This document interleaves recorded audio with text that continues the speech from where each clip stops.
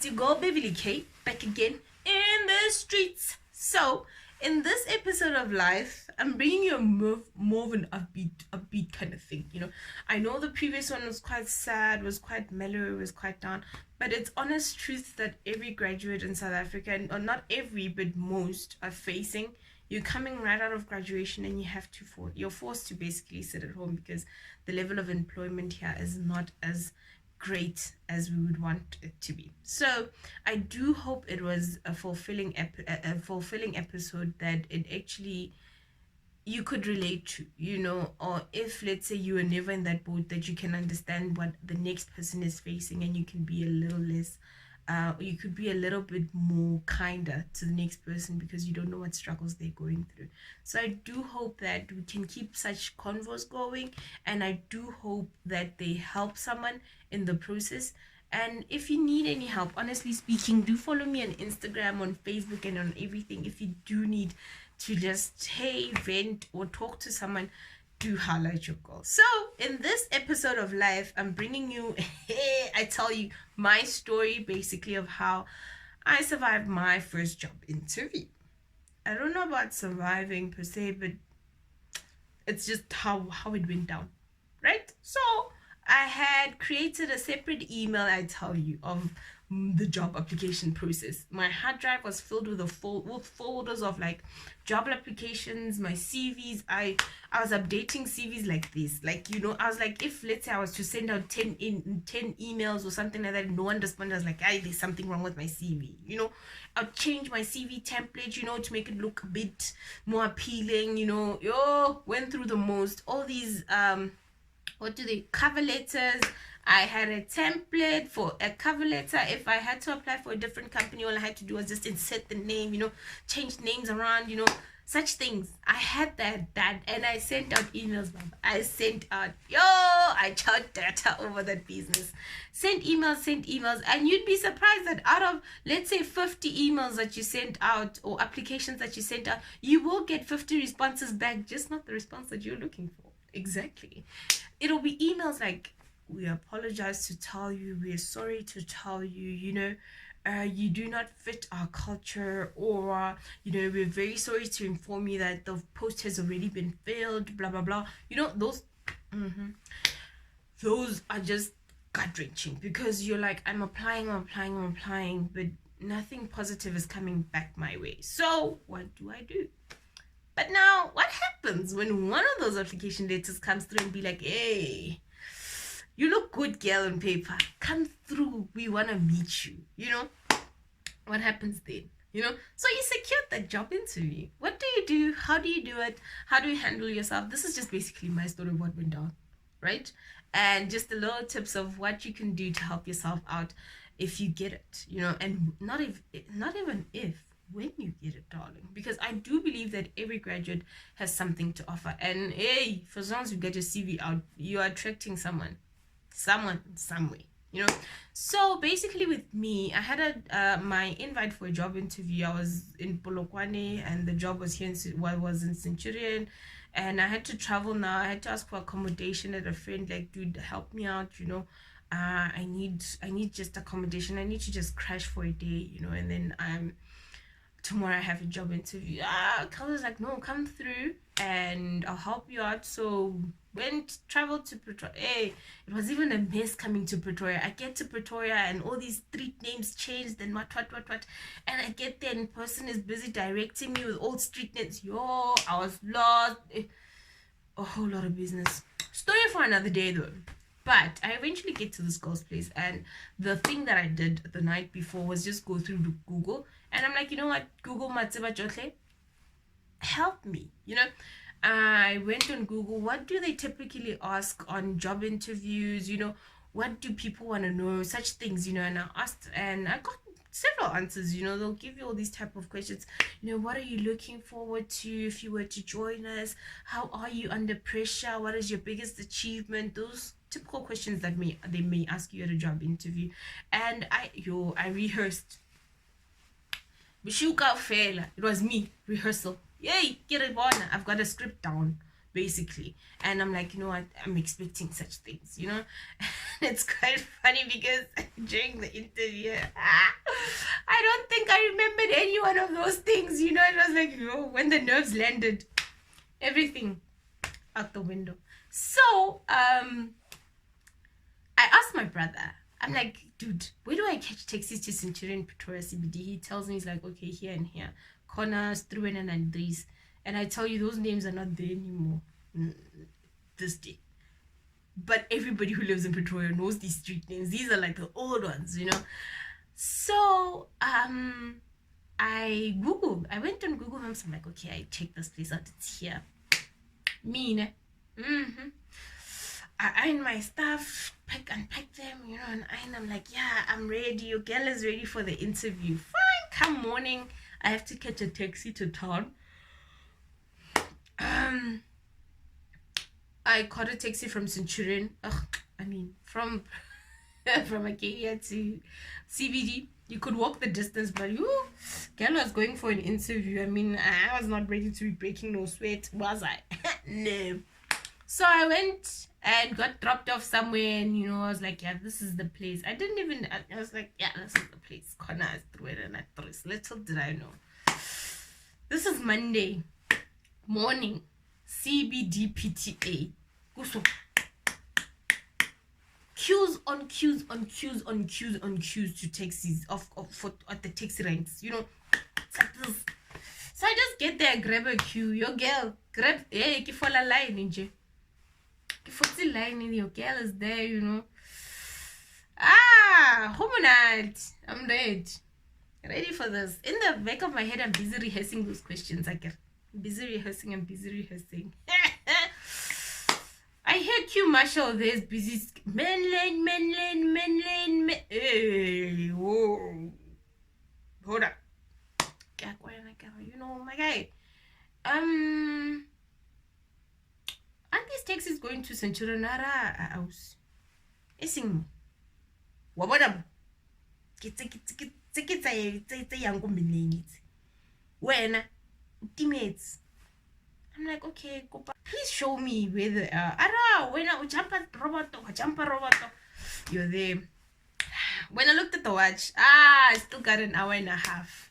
I was like, yes, made it. There I was, now changing lanes. Went to the right one this time. I asked you several times, these taxis are going to Centurion Anchor. Yes. I asked them, do you go to Centurion Anchor? Yes.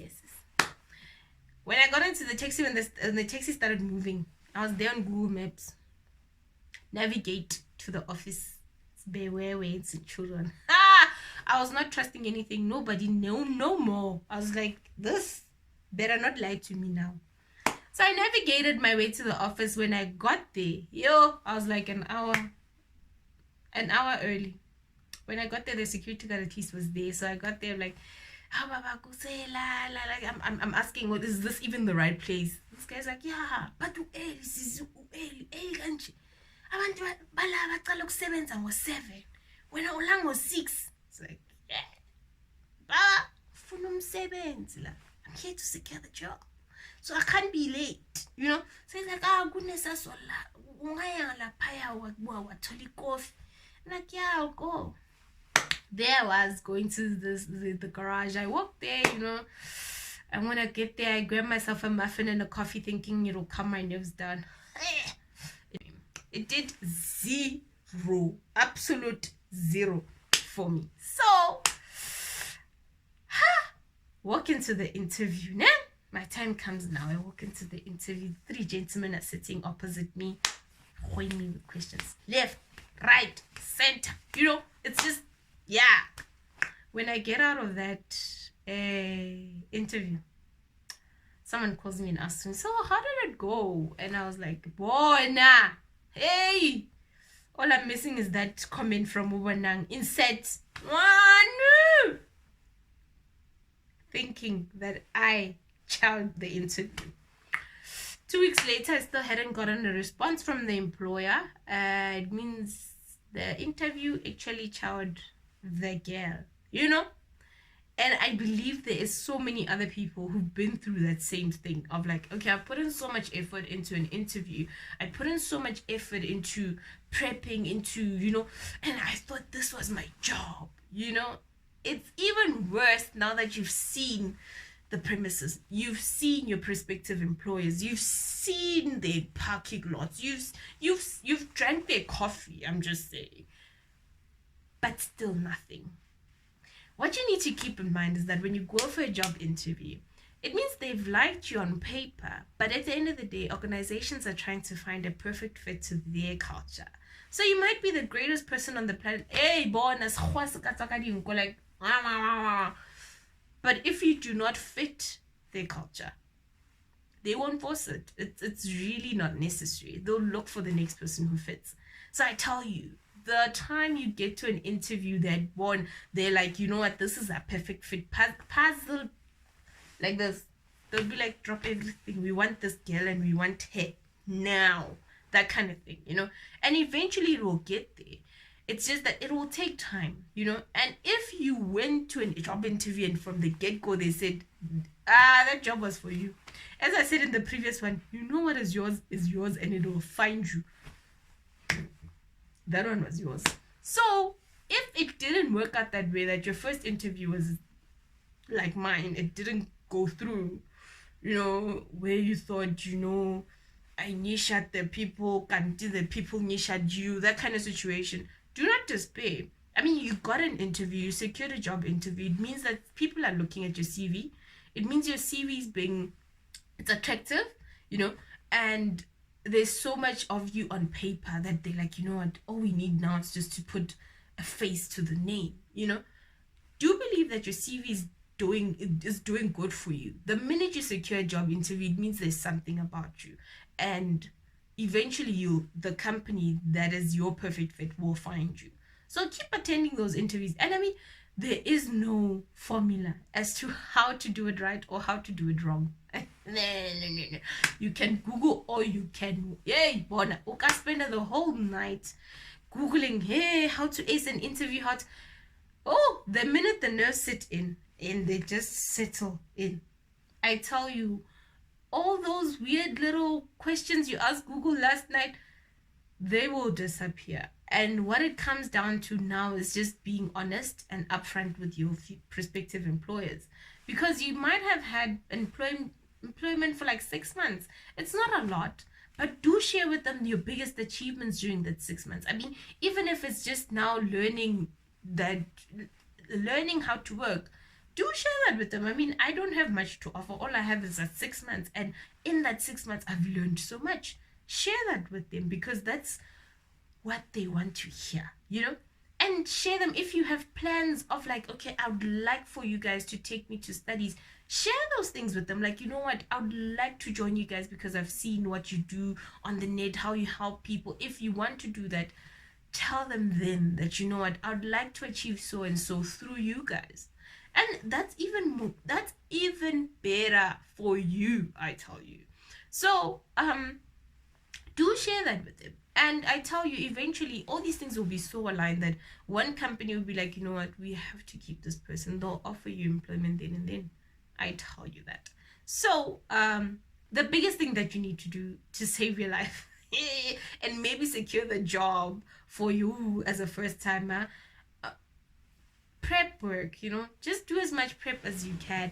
If you're reliant on public transport, test out that business the day before, week before. Just make sure that that mode of transport that gets you to that place works and it's efficient. I tell you, do not be getting lost like this one.